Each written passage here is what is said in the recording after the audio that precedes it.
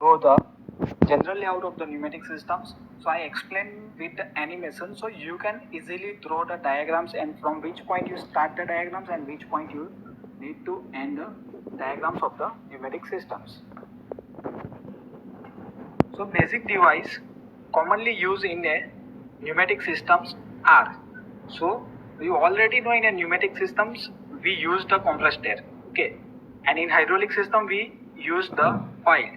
So for increase the pressure of oil we use the pump, and for in a pneumatic systems we use the compressors to increase the pressure of the air. Component required in a pneumatic systems is the air compressor. Okay, so here I draw the symbol of air compressor. Okay, so there is a specific symbols for all the component. Okay, that is a for a pump that is a different components, and for a compressor it is a different symbols. So this is the symbol of compressors. Okay, in a symbol of pump this triangle is filled with the black color, and for air compressor this triangle is the white color. Okay, so this is the basic symbol of the pump and air compressors. So this compressor is run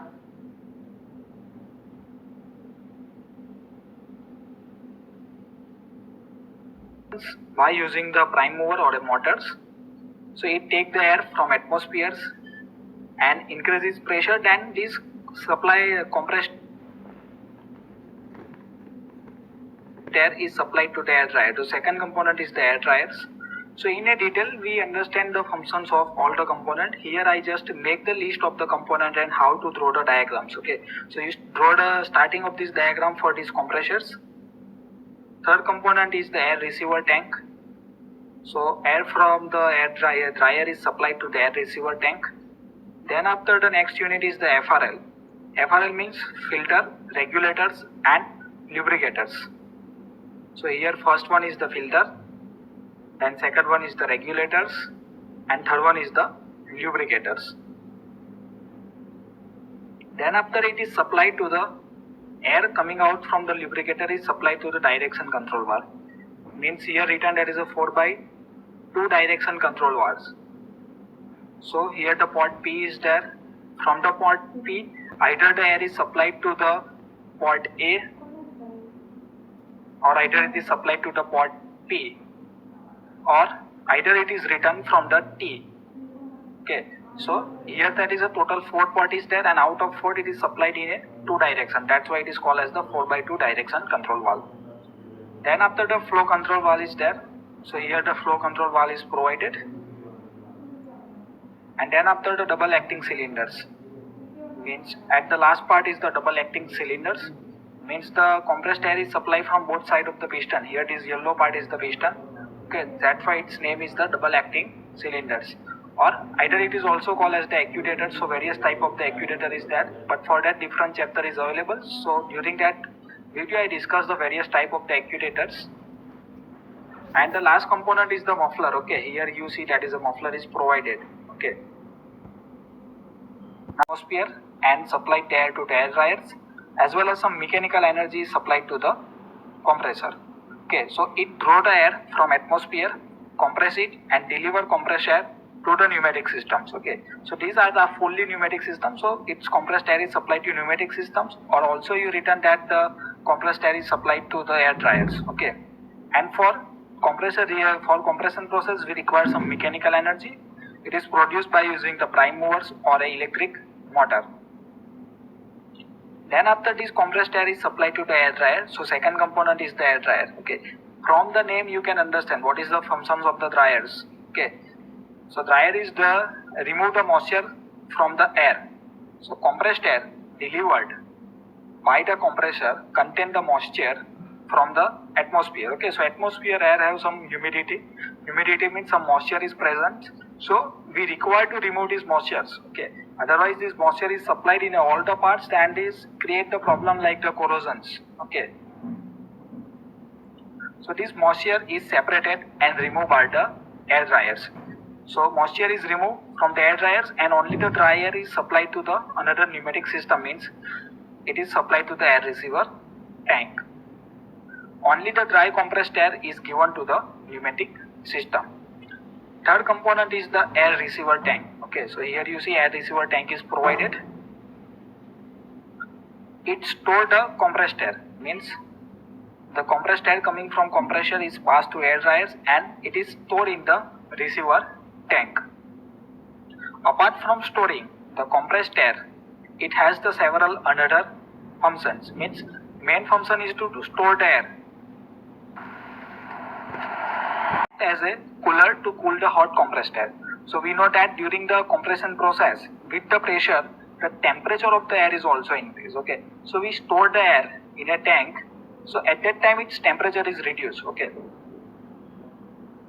it acts as a moisture separators to separate and remove the water content in the compressed air. Okay, so when we store the air, then water content is there, then the water is settled down inside the tank.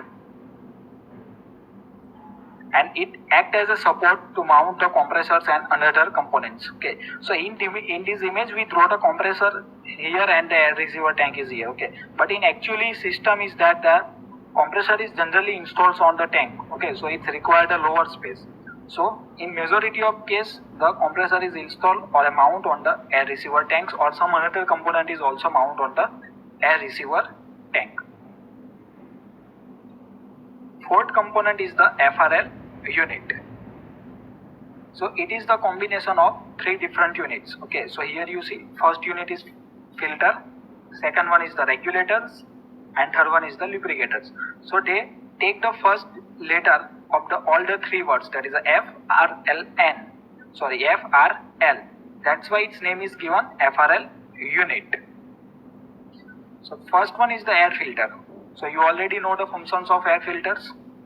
It's filter and remove the dust particles from the compressed air and allows the clean, dry compressed air to the system. Means it's only supply the dry compressed air or a clean compressed air to the another components of the pneumatic system. Suppose if we supply the dust with the air, then they create the wear and tear of the reciprocating and rotary component. Means here you see in double acting cylinder, suppose here the dust particle is supplied, then the wear and tear of the cylinders as well as the piston is possible. That's why we need to provide the air filter to remove the dust particles. Second one is the air regulator. Okay, it's control the pressure of the compressed air. So for controlling the pressure, we use the air regulator.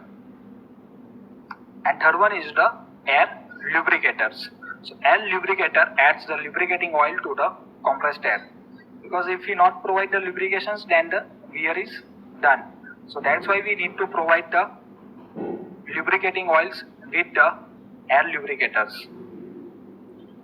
And the next one is the direction control valve. Means the compressed air coming out from the lubricators is supplied here in a direction control valve. So here the 4x2 direction control valve. For that already I discussed, that is a fourth part is there.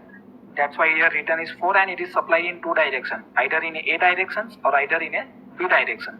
That's why its name is the 4x2 direction control valve.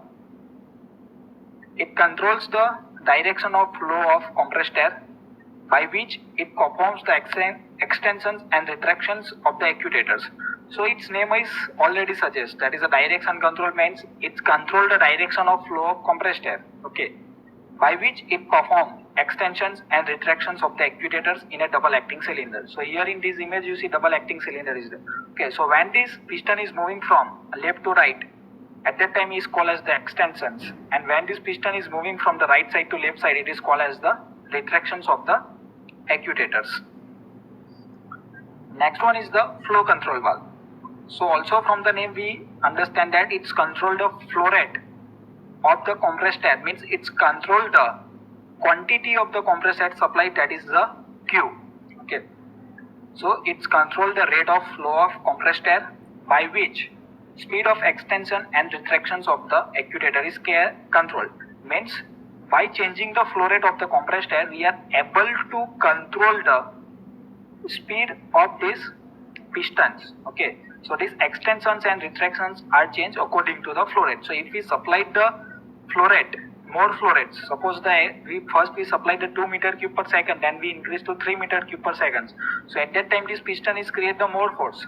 When we reduce the flow rate from 2 to 1, at that time the piston is produce the less force. Okay, so force is directly proportional to what quantity of the compressed air is supplied. Okay, so if we supply more air, then it's produce the more force. And the last one is the double acting cylinders.